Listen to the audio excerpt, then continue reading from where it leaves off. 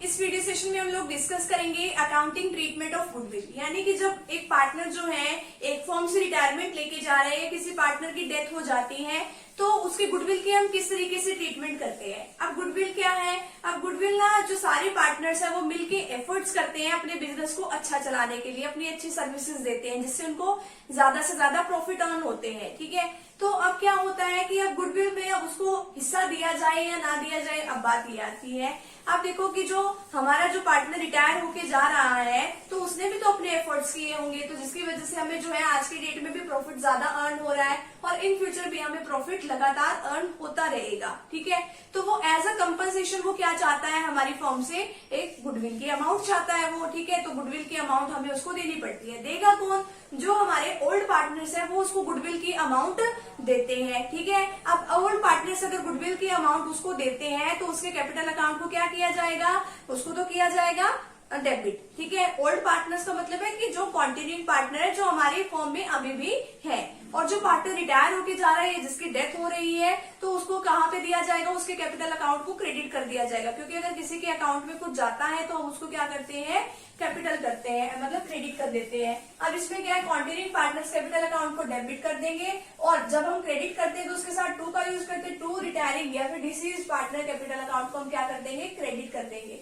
अब लेकिन ये करना कौन सी रेशो में है? गेनिंग रेशो में, क्योंकि जितना उन्होंने ओल्ड पार्टनर से ने गेन किया है ना उसकी वजह से, तो वो गेनिंग रेशो में ही लेगा उससे। अब देखो पी के और आर हमारे पास 3 इक्वल पार्टनर्स है। ठीक है, 3 इक्वल पार्टनर का मतलब क्या है? इनकी रेशो क्या होगी? 1:1:1 होगी। कौन रिटायर हो रहा है? जो आर है वो रिटायर हो रहा है, and the goodwill of the firm, जो पूरी फर्म की जो गुडविल है वो कितने की है? ₹3,60,000 की है। बुक्स के अंदर कोई गुडविल नहीं है, क्योंकि अगर बुक्स के अंदर गुडविल होती तो जितने भी हमारे पार्टनर्स होते, ओल्ड जो पार्टनर्स हैं उनको रिटर्न ऑफ करनी पड़ती, लेकिन बुक्स के अंदर कोई गुडविल नहीं है। जो पी और क्यू है वो अपना फ्यूचर में प्रॉफिट जो है वो 3:2 में अर्न करेंगे।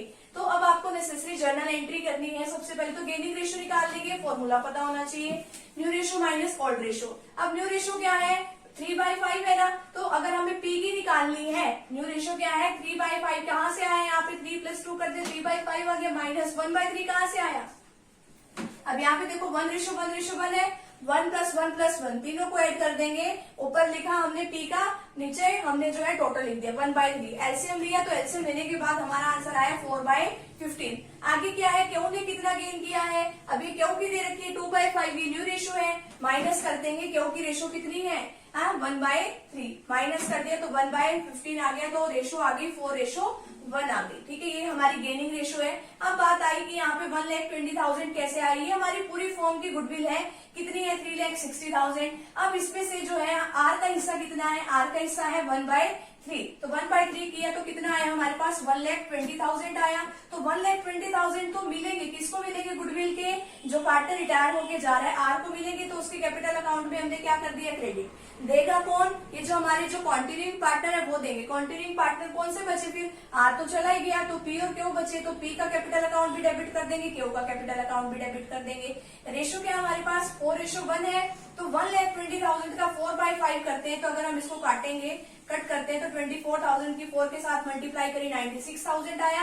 इसी तरीके से 1,20,000 मल्टीप्लाई बाय 1/5 किया तो हमारे पास कितना आ जाएगा? 24,000 आ जाएगा। तो इस तरीके से हमने इसको क्या कर दिया? डेबिट कर दिया। तो ये हमारा एक छोटा सा टॉपिक है, तो फटाफट यहाँ तक का आप स्क्रीनशॉट ले लीजिए।